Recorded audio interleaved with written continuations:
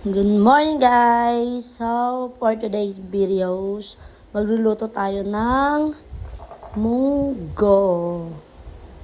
Ayan guys, sigo pa rin panermon dyan habang naghihiwa-hiwa. Ayan guys, ano ko na yung ampalaya. Nahiwa ko na pala dyan yung sibuyas kamatis. Maraming kamatis guys.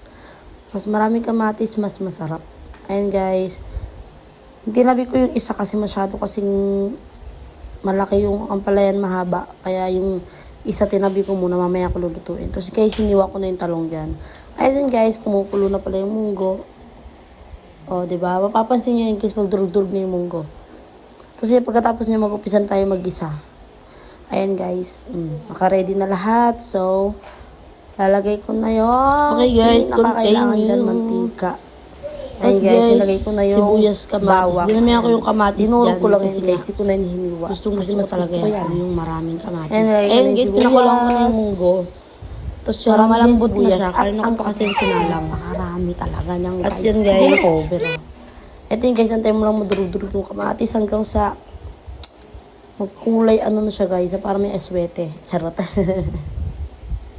Nilagay ko na yung pansahog na tinapa.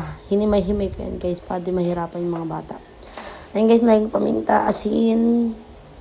Okay, at ayun. So, hindi ko siya mabuhat. Kailangan mayroon ka diskarte dyan. Ayun, nakakita ako ng mangkok. Ayun, may mangkok ko muna. Ayun guys, so satisfying talaga yan. At ayun guys, nakasama na ulit.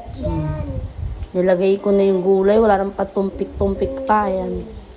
Siling panigang, tapos yung gulay na yan. Hindi na kailangan ng daon guys kasi wala sa taas. Okay na, perfect yan guys. Mas masarap yan sa kompleto. At ayun guys, okay, lutong-luto na lahat.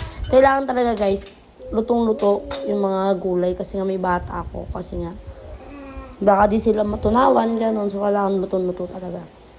At ayun guys, balak-balakan ko nalagyan sa charon. So parang feeling ko kulang pa ang lasa niya. So, ayun guys, pumili ako ng ginisa mix dyan. Nilagyan ko ng ginisa mix. Tapos, nor cubes. Yan, okay na siya. Tuwan-tuwa yung luka-luka. Tapos guys, ayan, nilagyan ko na ng chicharon guys. Yan yung pinaka parang munggo with specialty. Kabog.